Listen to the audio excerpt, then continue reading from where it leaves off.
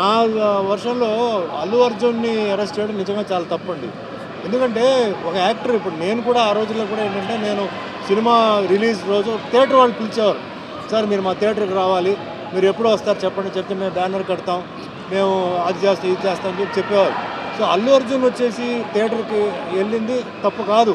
But theatre వాళ్ళు అక్కడ ఏంటంటే, ఇంత పెద్ద ఒక హీరో ఈరోజు ఆయనకి మంచి క్రేజ్ ఉందో, ఫాలోయింగ్ ఉన్నప్పుడు దానికి తగిన పోలీసు ప్లస్ ప్రైవేట్ సెక్యూరిటీ అంటే బౌన్సర్స్ ఇలాంటి వాళ్ళని తీసుకొచ్చేసి ఆ క్రౌడ్ని, ఆయన ఉన్నంత వరకు క్రౌడ్కి ఏం జరగకుండా, ఆయనకేం జరగకుండా ఆయనకు ఒక దారి ఒకటి పెట్టి ఆయన వచ్చి కాసేపు అందరిని చూసి పలకరించి వెళ్ళిపోయే వరకు చూసి ఉండాలి.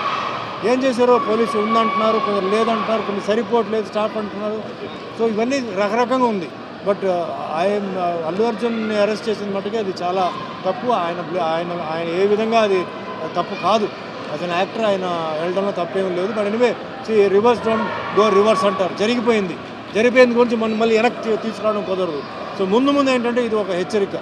యాక్టర్స్ అందరూ థియేటర్ దగ్గరికి వెళ్ళినప్పుడు థియేటర్ వాళ్ళు కూడా ఏంటంటే వాళ్ళు వస్తున్నారంటే అన్నీ సరిగ్గా ఉంటే అప్పుడు మీరు పిలవండి, లేనప్పుడు మీరు దయచేసి పిలవద్దు. ఎందుకంటే ప్రాణం అనేది చాలా విలువైన ఒక విషయం. ఒక కుటుంబంలో ఒక ప్రాణం పోయిందంటే ఆ బాధ వాళ్ళకే తెలుస్తుంది. మనం మామూలుగా ఏదైనా చెప్పొచ్చు. సో అది కూడా నాకు బాధగానే ఉంది. ఒక సైడ్లో ప్రాణం పోయింది, ఒక అభిమాని ఆవిడ అక్కడ థియేటర్ దగ్గరికి వచ్చి వాళ్ళ ప్రాణం పోయింది చెప్పి నాకు ఫీలింగ్ ఉంది. But what to do? ఇప్పుడు ఇలాంటిది చూసుకుంటే దీని ముందు కూడా చాలా విషయాల్లో చాలామంది ప్రాణాలు పోయింది. What is the government doing? మరి దానికి ఎందుకు వాళ్ళు క్వశ్చన్ చేయాలి? ఎందుకు పోయి అల్లు అర్జున్ ఎందుకు పాయింట్అవుట్ చేస్తున్నారు? దానికి సమాధానం చెప్పండి. మరి ఇక్కడేమో ఒక ప్రాణం పోయింది, ఆడ ఎన్నో ప్రాణాలు పోయింది, ఎన్నో జరిగింది. ఎందుకు వాళ్ళకి ఒక రూల్ ఇక్కడ ఒక రూలా? కరెక్ట్ కాదు అది. ఏదేమైనా అల్లు అర్జున్ని అరెస్ట్ చేసిన మటుకి చాలా తప్పు, అంతే.